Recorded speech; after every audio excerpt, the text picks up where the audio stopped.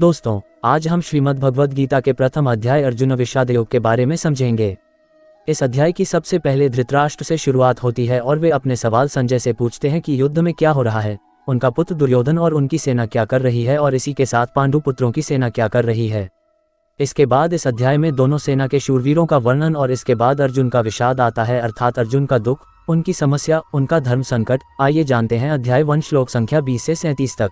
अर्जुन उवाच अथ व्यवस्थितान् दृष्ट्वा धार्तराष्ट्रान् कपिध्वजः प्रवृत्ते शस्त्रसम्पाते धनुरुद्यम्य पाण्डवः ऋषिकेशं तदा वाक्यमिदमाह महीपते सेनयोरुभयो मध्ये रथ स्थापयमेच्युत। अर्जुन अपना मोर्चा बांध कर डटे हुए धृतराष्ट्र संबंधियों को देखते हैं, फिर अपना धनुष उठाकर ऋषिकेशम श्री कृष्ण से कहते हैं, हे अच्युत, मेरे रथ को दोनों सेनाओं के बीच में खड़ा कीजिए।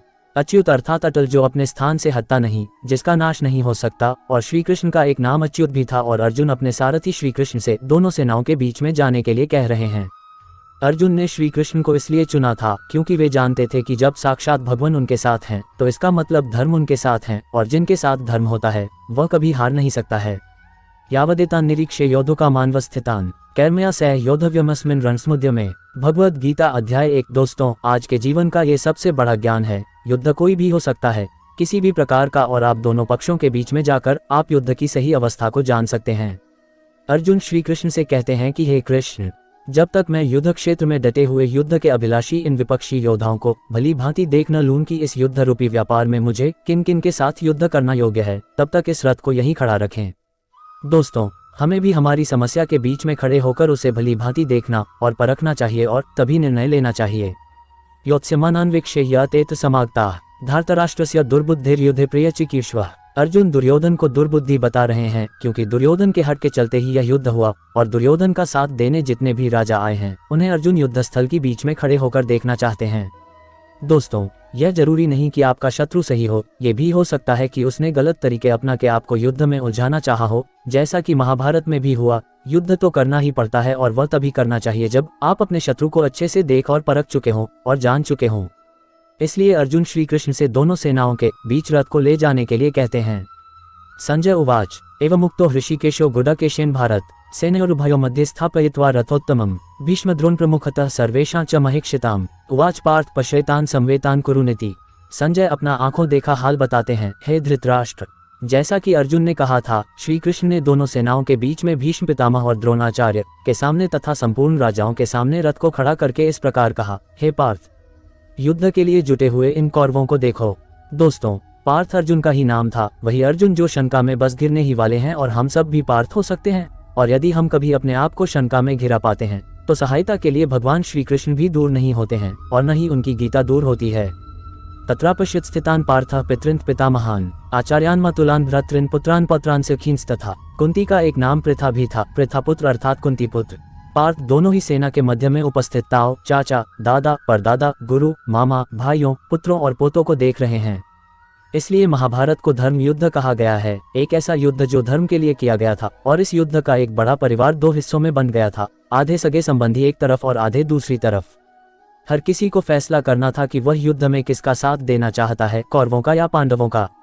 श्वशुरान् सुहृदश्च सेनयोरुभयोऽपि तान् समीक्ष्य स कौन्तेयः सर्वान् बन्धूनवस्थितान्। इन सब सगे संबंधियों के साथ साथ अपने मित्रों को, ससुरों को, सुहृदों को देख रहे हैं, विचार कर रहे हैं। पूरा जीवन अपने भाइयों और धृतराष्ट्र पुत्रों के साथ बिताया। सारे सगे संबंधी एक ही तो हैं और दोनों पक्षों में अपने ही तो लोग हैं, किंतु अब अपनों के ही दो पक्ष बन गए हैं, उसमें से एक पक्ष शत्रु का है। हर किसी से अर्जुन की शत्रुता नहीं थी, परंतु वो सब इस युद्ध में अर्जुन के शत्रु थे और उन्हें उनके साथ इस युद्ध में लड़ना होगा। अर्जुन उवाच कृपया पर्याविष्टो विषीदत्रिदमब्रवीत् दृष्टेव स्वजन कृष्ण युयुत्सु समुपस्थितम्। अपने करीबी एकदम अर्जुन के सामने खड़े थे, परंतु शत्रु पक्ष में उन उपस्थित संपूर्ण बंधुओं को देखकर वे कुंती पुत्र अर्जुन अत्यंत करुणा से युक्त होकर शोक करते हुए श्री कृष्ण से कह रहे हैं। और दोस्तों, यहीं से अर्जुन के विषाद का आरंभ होता है, जिसके लिए संपूर्ण गीता की रचना हुई। और श्री कृष्ण को अर्जुन के मार्गदर्शन के लिए एक ऐसी रचना करनी पड़ी जो हमेशा हमेशा के लिए हर किसी को सही राह में चलने के लिए प्रेरित करती है और आगे भी प्रेरित करती रहेगी। सीदंती मम गात्राणि मुक्च परिशुष्यति वैप्तुश्च शरीरे में रोमहर्षश्च जायते। भगवद गीता अध्याय 1। युद्ध की बात करना आसान होता है, युद्ध करना कठिन होता है, और ऐसा ही अर्जुन के साथ हुआ। और दोस्तों, ऐसा ही हम सब के साथ भी होता है, और इसी का समाधान हमें भगवान श्री कृष्ण के द्वारा गीता में प्राप्त होता है। दुखी अर्जुन कहते हैं, हे कृष्ण, युद्ध क्षेत्र में डटे हुए युद्ध के अभिलाषी इस स्वजन समुदाय अपनों को देखकर मेरे अंग शिथिल होते जा रहे हैं, जैसे कि अंगों में शक्ति न हो और मुख सूखा जा रहा है तथा मेरे शरीर में कंप व रोमांच हो रहा है। न जाने कितनी ही बार ऐसा हम सब के साथ होता है कि जब युद्ध के सम्मुख होते हैं तब शक्ति खत्म हो जाती है। इसके साथ परीक्षा की घड़ी के समय भी ऐसी ही घबराहट होती है। गांडीव स्रस्ते हस्तात्वक च परिदेह्यते न च शक्नोम्यवस्थातुन भ्रमतीव च मे मनः। अर्जुन अपने दुख को बता रहे हैं। दोस्तों, उनका दुख हमारी दुविधाओं से अलग नहीं है। चाहे हम परीक्षा दे रहे हों या कोई व्यापार करने जा रहे हो या चाहे कोई बड़ा खेल खेलने जा रहे हों, कितने ही ऐसे अवसर आते हैं जहां हम अपने आप को अर्जुन की अवस्था में पाते हैं और लगता कि हम युद्ध के लायक ही नहीं हैं। अर्जुन के हाथ से उनका गांडीव धनुष गिर रहा है और त्वचा भी बहुत जल रही है तथा उनका मन भ्रमित सा हो रहा है, इसलिए वे खड़े रहने में भी समर्थ नहीं हो पा रहे हैं। निमित्तानि च पश्यामि विपरीतानि केशव न च श्रेयोनुपश्यामि हत्वा स्वजन्माह्वे। विश्व का सबसे बड़ा योद्धा अर्जुन हताश है। युद्ध से पहले अगर यदि आप अपने आप को कांपता हुआ पाते हैं और देखते हैं कि डर से आपका मुंह सूख रहा है तो आपको निश्चित ही लगता है कि आप हारने वाले हैं और दुनिया खत्म सी होती दिखती है और चारों तरफ अंधकार सा महसूस होता है।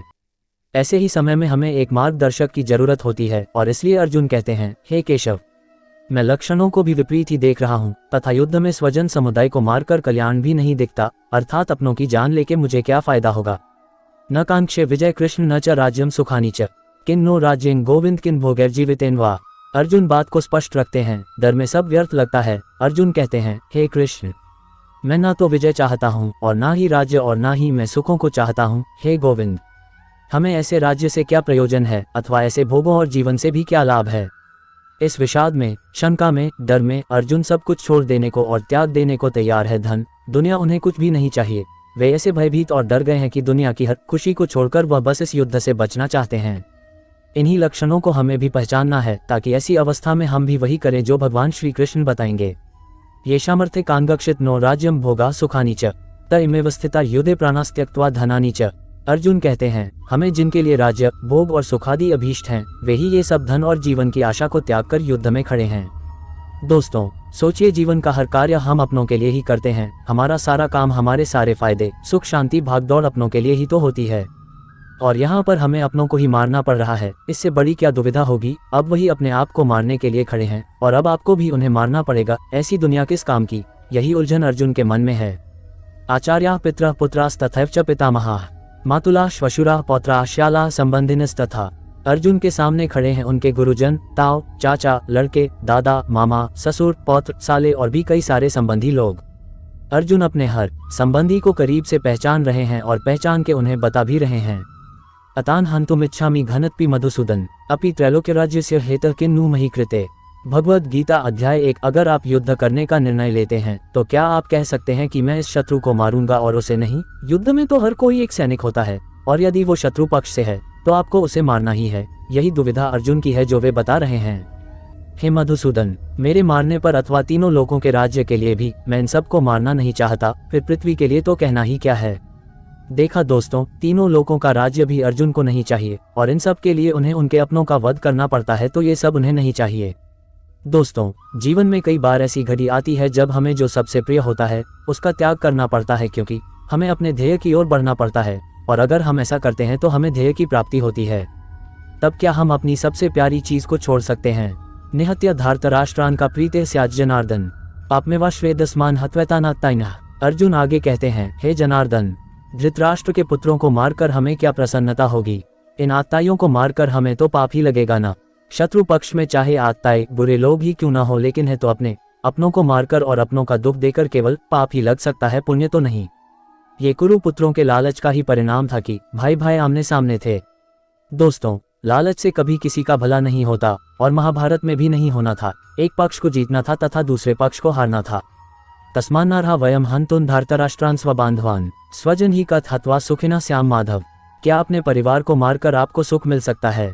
इसीलिए महाभारत को धर्म युद्ध कहा जाता है। जब ऐसा धर्म संकट हो तो क्या करें? अर्जुन पूछते हैं, हे माधव, अपने ही बांधव और धृतराष्ट्र पुत्रों को मारने के लिए हम योग्य नहीं है, क्योंकि अपने ही कुटुंब को मारकर हम कैसे सुखी होंगे? दोस्तों, जब भी कभी भी आपके सामने ऐसी परिस्थिति आए जिसमें लालच की वजह से बंटवारा हो रहा हो या झगड़ा हो रहा हो, तो ठंडे दिमाग से अर्जुन की ऐसी हालत के बारे में सोचिएगा और देखिएगा कि दुनिया का सबसे बड़ा युद्ध करके किसी को क्या प्राप्त हुआ।